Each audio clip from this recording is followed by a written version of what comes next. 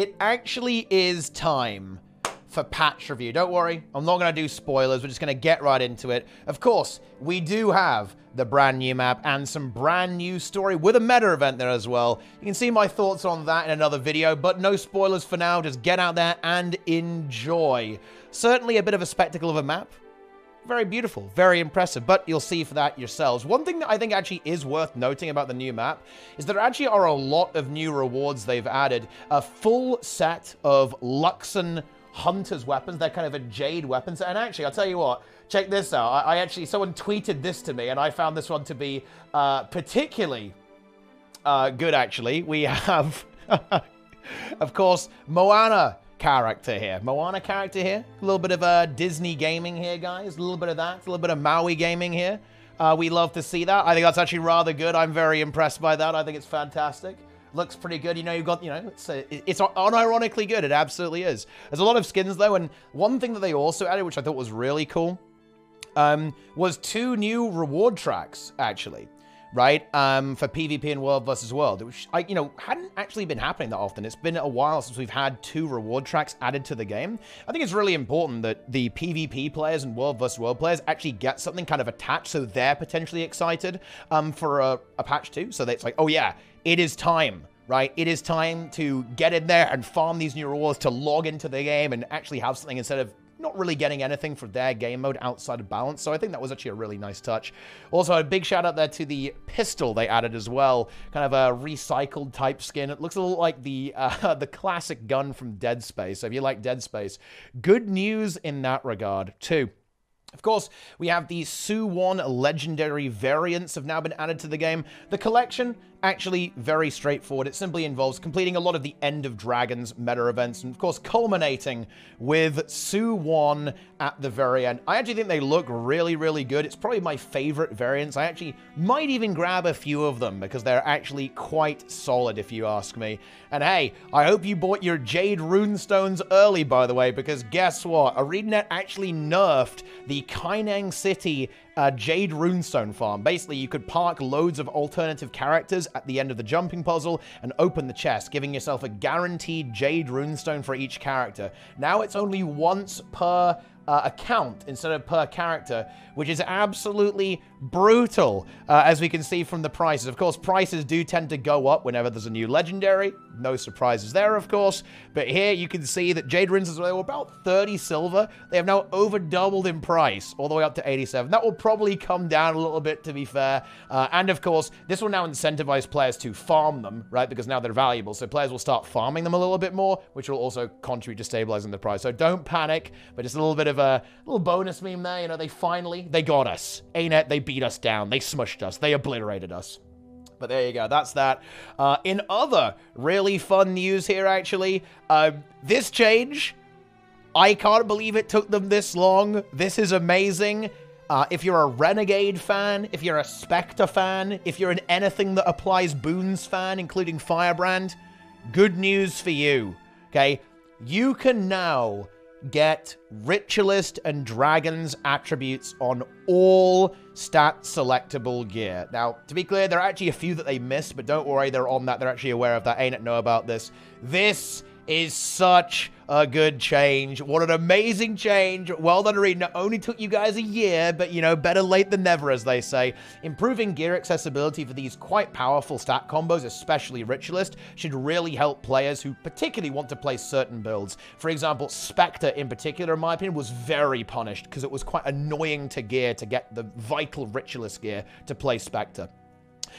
So adding this and making this now very easy to obtain, you know, exactly the same as all other stats, is a huge quality of life improvement. So I absolutely love to see that. There's a new booster for your Jade bot. Not super remarkable. It basically just makes your bot better. It makes your turtle better. So you can get more ammo back when you smash. What else does this thing do? Yeah, it also reduces your energy consumption, so you can jet booster around a little bit better. But that's basically it. I mean, you know, it's the Siege Turtle. It's really good on the new map, okay? Spoiler. But yeah, so maybe if you go on the new map a lot, you're going to farm that map hardcore. good news. Then this might well be for you. And speaking of the new map, there's something that's actually very interesting that ArenaNet are tackling here. You might actually recall that on the previous Tea Time, I spoke with some of the economy experts in the game. And we were talking about the issues the Guild Wars 2 economy was facing, specifically that there's a very large period of deflation that has been happening, where basically there's been so much stuff being farmed and not really a lot of sinks for materials and so on, that prices have been going down significantly. And actually, it looks like ArenaNet are really thinking about tackling this in a very real way. Basically, what's happening is that now you can get free Black Lion goods for a limited period of time by trading in basic materials in the Black Lion trading company. It's right outside the trading post in Lion's Arch. We're here right now, as you can see. So basically, you pick one of these 5 materials, just pick the cheapest by looking up the prices, and then you can go ahead and get yourself 250 of these credits. So, for example, we have to put in 250 mithril, 250 large scales, large bones, piles of silky sand, or, of course, fabulous fish fillets. We go ahead and do that, and then boom, away we go. My game lags for a little bit, and we get ourselves 5 Black Lion statuettes. Pretty good. Worst case scenario, by the way, that is 5 gold. Like, if you just click on these, we could go ahead and just convert that into 5 Black Lion commemorative coins, which would be 5 gold. Worst case scenario. However, of course, there's some stuff that you might want to grab here, right? Like, you can get your makeover kit, don't do that. Don't get translation charges. But there's a whole bunch of stuff you can look at. You could get Black Lion boosters. You could get some of the exclusives, right, that you know they've added here, right? There's a whole bunch of these things. Because, yeah, speaking of that, guys, really nice quality of life if you enjoy gambling your life away with Black Lion keys. Good news, they added all of the past exclusives to the Black Lion statuette, so you don't have to like hope they eventually add it and eventually rotate it in. Good news, they're all here now. So basically the pity timer, where the game just feels sorry for you for getting absolutely obliterated by RNG, now it feels even worse for you. And you can basically get everything they've ever had here in the statuettes. So, hey, that's a pretty nice thing there as well. But yeah, we get 5 statuettes for our first week, and it's actually part of a full meta achievement. Little bonus event here in the bonus tab. Check this out. So you get 5 statuettes for week 1. Week 2, you get 2 Black Lion mini claim tickets, which, you know, not that great, to be honest. Week 3, we get 3 Black Lion boosters. Pretty nifty, especially if you want to, like, rank up in World versus World, for example, or just, you know, get a bit more reward track, get that gift of battle faster. Not bad. And then week 4, we get another 5 statuettes. So, you know, worst case, another 5 gold. But as we progress through this achievement, if you do 2 weeks, you get a free build template expansion. That's just a free 300 gems outright. That's pretty good. I mean, look, you know, who doesn't want an extra build template expansion? That ain't so bad, right? Pretty cool stuff, actually. Then tier 2, that's for doing 3 weeks. That's going to be 10 statuettes, so a total of 20 overall. And then finally, a Black Lion claim ticket, which is usually worth around 30 gold. And the metric I use there, by the way, is the Black Lion antique weapon. We can see here. Wait, is it Black Lion antique? What is it even called? Let me see. Oh yeah, Black Lion, oh yeah, vintage, sorry, not antique. Vintage Black Lion weapon bots, which is about 30 gold. That's usually what a Black Lion ticket is. So 100% worth it. It is entirely possible that they are actually going to use some different materials. They'll probably use a wide variety of tier 5 materials, maybe even a few tier 6 materials, but you won't have to put so many in just to really get some of the stuff out. I could even see them maybe even doing like a few Mystic coins, very much like Drizzle would, right? Just draining some materials out of the economy to basically make sure that the prices kind of remain at a sensible and sane level. They're compounding this, of course, on the new map. To open all of the chests on the new map, you either have to use research notes or various other materials in order to buy keys and then to open little chests that are scattered around the map. That combined has already had a very big effect, by the way. As you can see here, Mithril has actually over doubled in price already, and this is just the beginning, of course, of this. So it's definitely working, and prices are actually hopefully being somewhat stabilized. Of course, this isn't the end. In order to maintain this, they are, of course, going to have to kind of continually add stuff. Usually the way they handle stuff like this is legendaries, like adding brand new legendaries. So definitely expect a new legendary, maybe even a legendary armor set. I'm expecting an open world legendary armor set to actually get popped up probably in the next expansion, to again just like really have that mega sync. Because it's worth noting that the entire Guild Wars 2 expansion is actually very, very, very oriented around legendary weapons, because that's where you need everything, right? It funnels all materials into this legendary weapon. So it's very important that they continuously release legendary rewards, as that is what really drives the backbone of the economy. So there you go, a little bit of eco talk there, economy talk here for a little bit of gaming.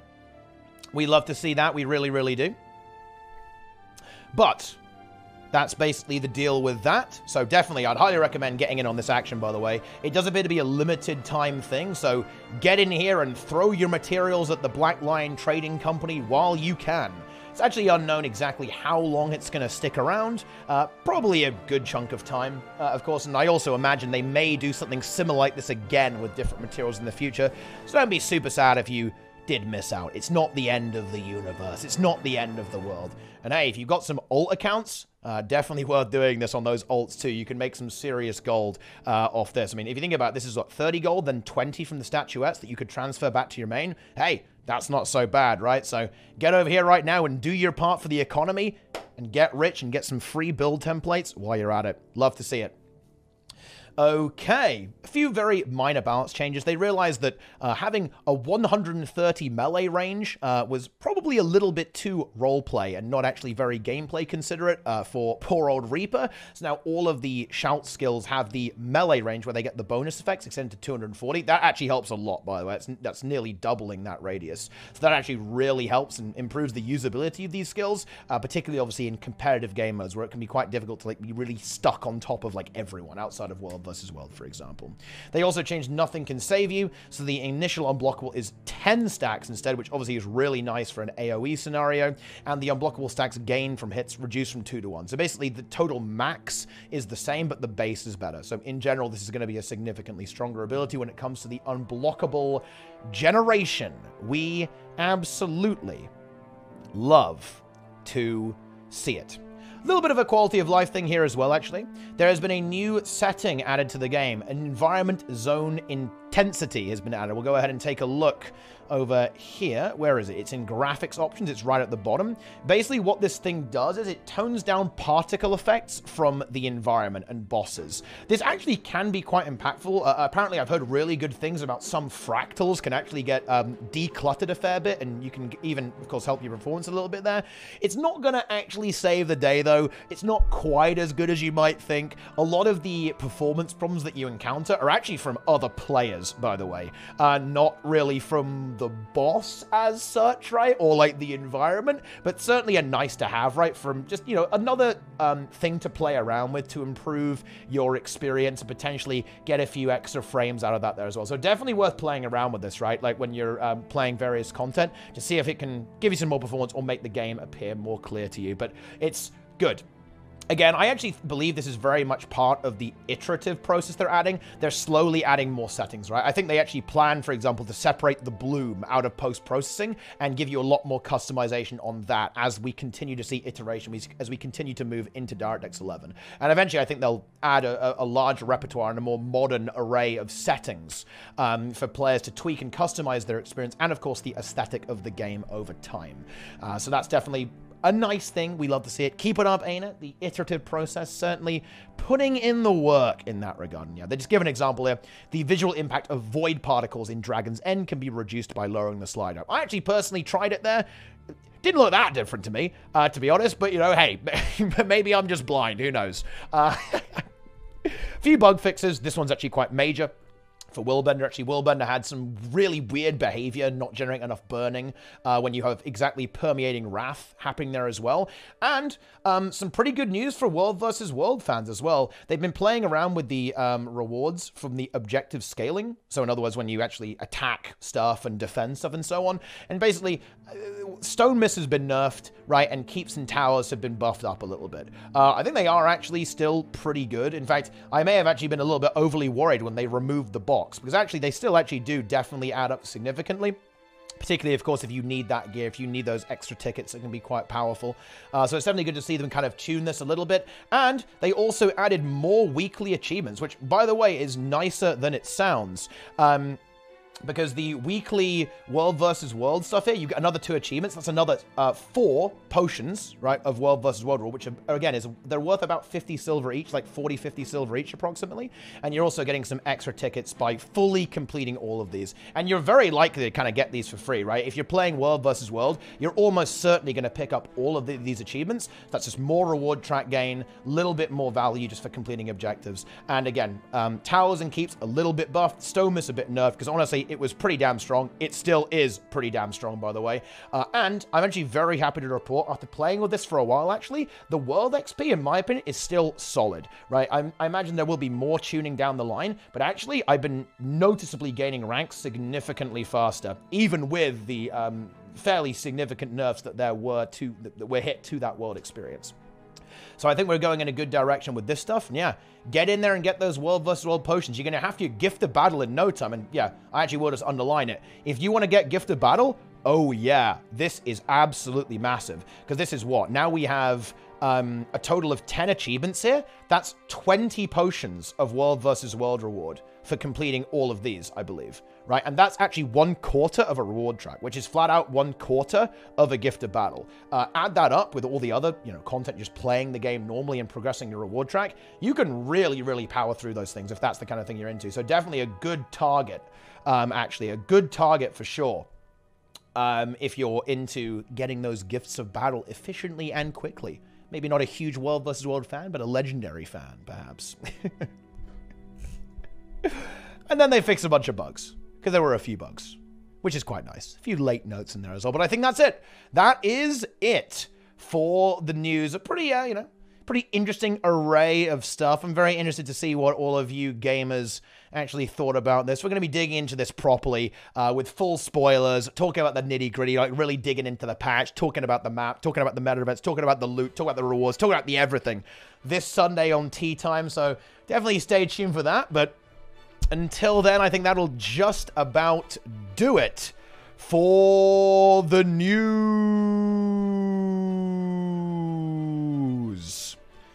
There you go. Let me know what you gamers think about that. Enjoy me mildly spoiling what's in store for the Zero to Hero. Yeah, take a look at that. See, let me know what you think I'm going to be doing or what I'm going to be explaining in episode 1 of season 2 of Zero to Hero. But until then, my friends, I think that'll just about do it for this wonderful patch review. Let me know what you think in the comments. Like, follow, and subscribe. Watch the stream. Come get your Twitch drops. And I'll see you next time. I'm out of here.